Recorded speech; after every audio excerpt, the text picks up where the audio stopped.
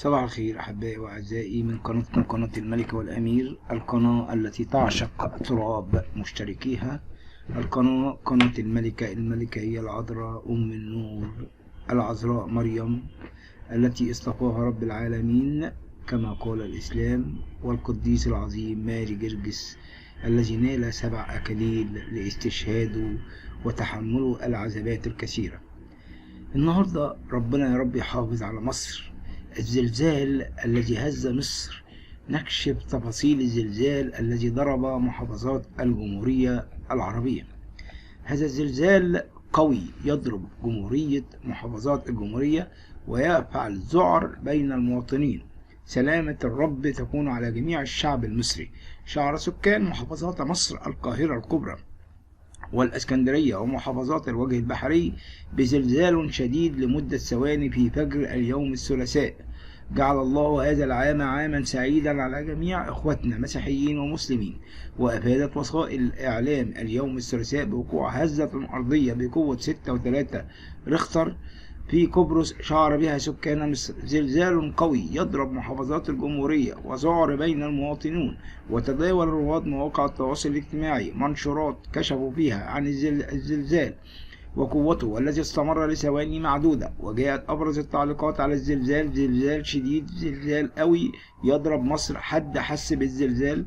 يذكر أن الشبكة القومية للزلازل من أحدث الشبكات الموجودة في العالم، ومصر من أوائل الدول على مستوى العالم وشمال أفريقيا والشرق الأوسط في هذا المجال، حيث يعود تاريخها لأكثر من 150 سنة.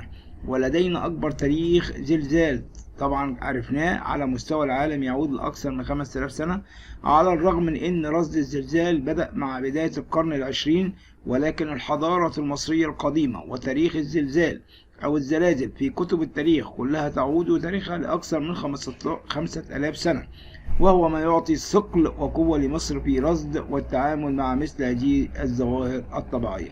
رحمنا الله، رحم مصر، رحم الشعب العظيم، الشعب الذي يحب ربه وربه يحبه. مبارك شعب مصر كما قال السيد المسيح في الكتاب المقدس، وقال في دين الإسلام: يدخلوا إلى مصر سالمين آمنين. يحفظ الله مصر. خطر قادم. رئيس الوزراء يحذر مصر معرضة لغرق بعض المدن ويكشف السبب. لماذا؟ استعرض رئيس الوزراء الدكتور مصطفى مدبولي بعض التهديدات التي تواجه مصر جراء ظاهرة التغير المناخي خلال جلسة الطريق من جلاسكو إلى شرم الشيخ لمواجهة التغير المناخي ضمن فعاليات منتدى شباب العالم بحضور الرئيس عبد الفتاح السيسي. وقال مدبولي إن مصر معرضة لغرق بعض المدن بسبب التغيرات المنابة التي أثرت على العالم، مشيرا إلى أن التغيرات المناخية تسببت في وقوع خسائر بشرية هائلة في العالم، مؤكدا أن مصر من أكثر الدول عرضة لانبعاثات التغير المناخي. وقال أيضا وأضاف خلال كلمته بجلسة الطريق من جلاسكو إلى شرم الشيخ لمواجهة التغيرات المناخية بفعاليات اليوم الثاني لمنتدى شباب العالم في نسخته الرابعة بمركز المؤتمرات بشرم الشيخ: إن مصر من أكثر الدول عرضة للتأثيرات السلبية للتغيرات المناخية. ويشهد الرئيس عبد الفتاح السيسي انطلاق فعاليات اليوم الثاني لمنتدى شباب العالم في نسخته الرابعة بمركز المؤتمرات بشرم الشيخ. وانطلقت فعاليات النسخة الرابعة من منتدى شباب العالم أمس الاثنين برعاية وحضور الرئيس عبد الفتاح السيسي، حيث تتجه أنظار العالم إلى مدينة شرم الشيخ بمحافظة جنوب سيناء لمتابعة إطلاق النسخة الرابعة من منتدى شباب العالم الذي يعقد خلاله الفترة 10 إلى 13 يناير. ويعود المنتدى هذا العالم عقب تأجيل نسخة العام الماضي بسبب جائحة كورونا لفتح آفاق الحوار مجددا بين شباب مصر والعالم، فضلا عن طرح أصحاب الحلم والإرادة رؤيتهم لتحقيق التنمية على كافة المستويات. وأصبح المنتدى منصة حوار شبابية عالمية أكدت أن مصر نقطة تلاقي الحضارات من أجل الإنسانية ومنارة السلام والأمن وحاضنة لجميع الثقافات. كما جاءت هذه النسخة لتؤكد قدرة مصر العظيمة الدولة المصرية على تنظيم العديد من المؤتمرات الدولية في ظل جائحة كورونا التي تجتاح العالم. حفظ الله مصر من كل شر. والآن وقتنا أن نصلي من أجل مصر جميعا، من سفر المزامير، مزامير داود النبي علينا امين. طوبى للرجل الذي لم يسلك في مشورة الأشرار، وفي طريق الخطاة لم يقف، وفي مجلس المستهزئين لم يجلس، لكن في ناموس الرب مسرته، وفي ناموسه يلهج نهارا وليلا، فيكون كشجرة المغروسة عند مجاري المياه، التي تعطي ثمرها في أوان، وورقها لا يذبل، وكل ما يصنع ينجح. ليس كذلك الأشرار، لكنهم كالعاصفة التي تسريها الريح. لذلك لا تقوم الأشرار في الدين، ولا الخطاة في جماعة الأبرار، لأن الرب يعلم طريق الأبرار، أما طريق الأشرار فتهلك. يعني عايز ربنا بيقول يا بخت اللي ما بيسلكش بطريق الأشرار، يا بخت اللي ما بيقفش في طريق الخطاة، يا بخت اللي ما بيقعدش في مجلس المستهزئين، ولكن في ناموس الرب مسرته. طول ما هو مع ربنا بيبقى سعيد ومبسوط، وطبعا بيبتدي يقعد طول الوقت بيلهج نهارا وليلا، يعني طول الوقت بيقعد يتكلم مع ربنا ويقرأ كتاب ربنا، فيكون كشجرة المغروسة. بيكون زي الشجرة اللي تحتها مية، اللي بتعطي دايما ثمر حلو وتعطي كلام حلو، وورقها عمره ما بيدبل أبدا، بل بالعكس الشجرة دي دايما بتطرح كل نجاح وكل حلو. ولكن ربنا برضه بيقول ليس كذلك الأشرار. الأشرار دول عاملين زي العاصفة، زي تيجي عاصفة وتضيع الريح كله، وتضيع الشجرة اللي هي الدبلانة دي. لذلك لا تقوم الأشرار في الدين. ربنا هيجي في وقت الدين او في وقت القيامة هيعمل ايه؟ هيقضي على الاشرار دول. وكمان لا، ربنا ما بيوقفش جنب الخطاة اللي ما بيتوبوش، ولانهم بيبقوا منفصلين عن جماعة الابرار، لان ربنا يعلم طريق الابرار، اما طريق الاشرار طبعا طريقهم بيكون الهلاك. ولربنا المجد الدائم امين. هذا الكلام كلام من الرائع ايضا من مزامير معلمنا داود النبي، يحل علينا بركاته امين. سفر المزامير، المزمور الثاني. لماذا ارتجت الامم وتفكر الشعوب في الباطل؟ قام ملوك الارض وتآمر الرؤساء معا على الرب وعلى مسيحه قائلين لنقطع قيودهم ولنطرح عنا ربطهم. الساكن في السماوات يضحك، الرب يستهزئ بهم.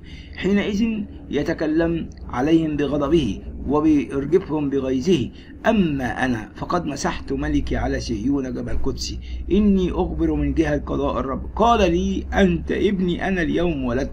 اسألني بعطيك الأمم راسك سلطانا، وأقاصي الأرض ملكا لك. تحطمه بقضيب من الحديد مثل أناء خزاء فتكسرهم. فالآن يا أيها الملوك تعقلوا، تأدبوا يا قضاة الأرض. اعبدوا الرب بخوف واهتفوا برعدة. اقبلوا الابن لئلا يغضب، فبيدوا من الطريق لأنه عن قليل ينقذ غضبه. طوبى لجميع المتكلين عليه. المزمور ده هو عبارة عن مزمور تنبؤي عن السيد المسيح. بيقول إيه؟ لماذا ارتجت الأمم وتفكر الشعوب في الباطل؟ الناس اللي هي فاكرة ان مفيش اله. الملوك قاموا واتأمروا الرؤساء على ربنا وقالوا ان مفيش اله وعلى مسيحه، قائلين احنا لنقطع قيدهم. لكن ربنا فوق في السماء بيضحك وبيستهزئ بهم. ليه؟ لانه حينئذ يتكلم عليهم، ربنا هيغضب عليهم وهيرجفهم بغيظه. فهنا بيقول أما أنا، الله الآب قد مسح ابنه يسوع وقال له أنت ابني، أنا اليوم ولدتك. اسألني فأعطيك الأمم راسك.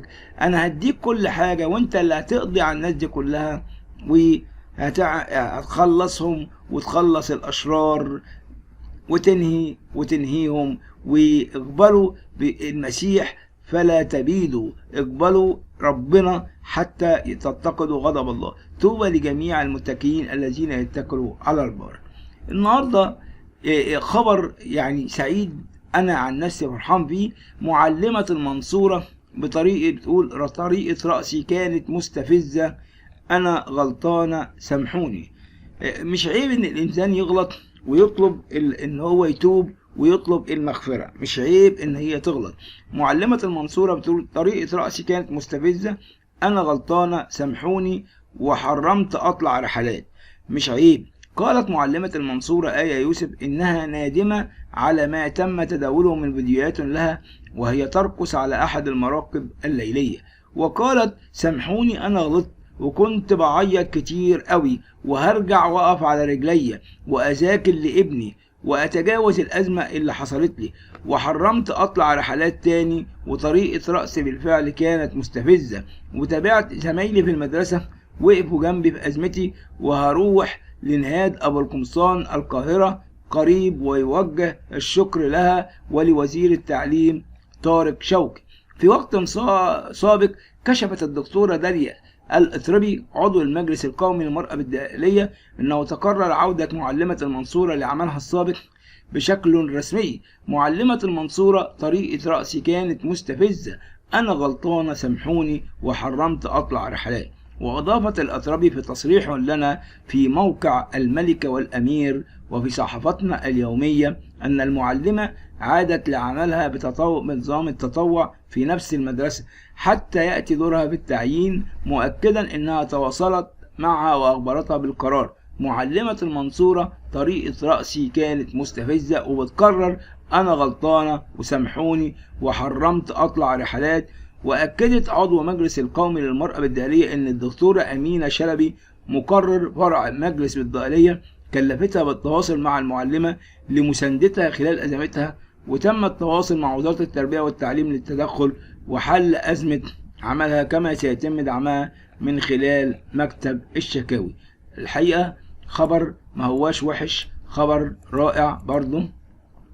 الخبر الثاني وهو خبر مكمل لي، أول تعليق ورد فعل من معلمة المنصورة عقب قرار وزير التربية والتعليم. أول تعليق ورد فعل من معلمة المنصورة عقب قرار وزيرة التربية والتعليم. معلمة المنصورة: كرامتي رجعت لي وبشكر وزير التعليم ومن دعمني خاص.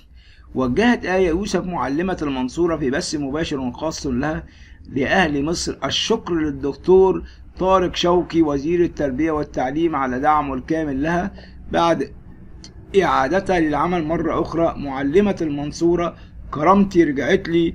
وأضافت معلمة المنصورة لأهل مصر إن مديرية التربية والتعليم في الداخلية بعد تدخل وزير التربية والتعليم أعادتها لعملها كمدرسة للغة العربية بإحدى المدارس التجريبية للغات بالمنصورة بعد استبعادها من المدرسة بمدرسة خالد بن الوليد الابتدائية عقب أزمة الفيديو، وأن هذا رد اعتبارها وكرامتها ورد إليها ثقتها بنفسها. وأشارت إلى أنها كانت مبسوطة ويعني كانت سعيدة لكل من دعمها مثل الفنانة بدرية طلبة ونهاد أبو القمصان عضو المجلس القومي لحقوق الإنسان، حيث عرضت عليها العمل معها كمصححة للغة العربية في مكتبها، وأنها ستقابلها قريبا في مكتبها بالقاهرة. شكرا لكل من ساندوا هذه الإنسانة التي اعترفت بخطأها وطلبت المغفرة. بأمر من الرئيس السيسي: يأمر الرئيس السيسي قرار بمنع استخدام البنزين والسولر بهذه المحافظة. يأمر الرئيس السيسي هذا القرار وهو منع استخدام البنزين أو السولار بشرم الشيخ. قال اللواء خالد سهودة محافظ جنوب سيناء بمناسبة استقبال مؤتمر المناخ في شرم الشيخ: مفيش بنزين ولا ديزل هيتحرك تاني في المدينة، والتحرك سيكون إما عن طريق الغاز الطبيعي أو الكهرباء، معقبا ودي أوامر من الرئيس عبد الفتاح السيسي.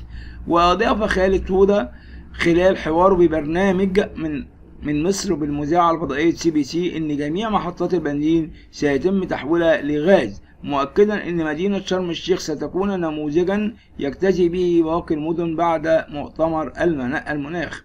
وتنطلق غدا الاثنين النسخة الرابعة من منتدى شباب العالم في مدينة شرم الشيخ بحضور الرئيس عبد الفتاح السيسي. وكثفت الشركات التابعة لوزارة الطيران المدني من استعداداتها بالتزامن مع بدء انطلاق فعاليات منتدى شباب العالم غدا الاثنين. وفي ضوء توجهات الطيار محمد منار وزير الطيران المدني بتقديم كافة التسهيلات لضيوف مصر في المنتدى بما يليق بمكانة مصر وريادتها. ورفعت سلطات وزارة التربية والتعليم المدني درجة الاستعداد القصوى بمطاري القاهرة وشرم الشيخ، وتشكيل فرق عمل بالتنسيق بين جميع الشركات التابعة للوزارة لتقديم كافة التيسيرات لوقود منتدى شباب العالم في نسخته الرابعة. والمقرر إقامتها في مدينة شرم الشيخ في الفترة من 10 ل 13 يناير الحالي. شكرا لكم أحبائي وأعزائي، وأتمنى لكم كل الخير والسلام، وسلام الرب يكون معكم أمين. لا تنسوا اشتراككم في قناتكم قناة الملكة والأمير. لكم مني كل الحب والتقدير، وسلامي إلى كل الشعب المصري، مسلم ومسيحي ومسيحي ومسلم. سلام سلام. تحيا مصر، تحيا مصر، تحيا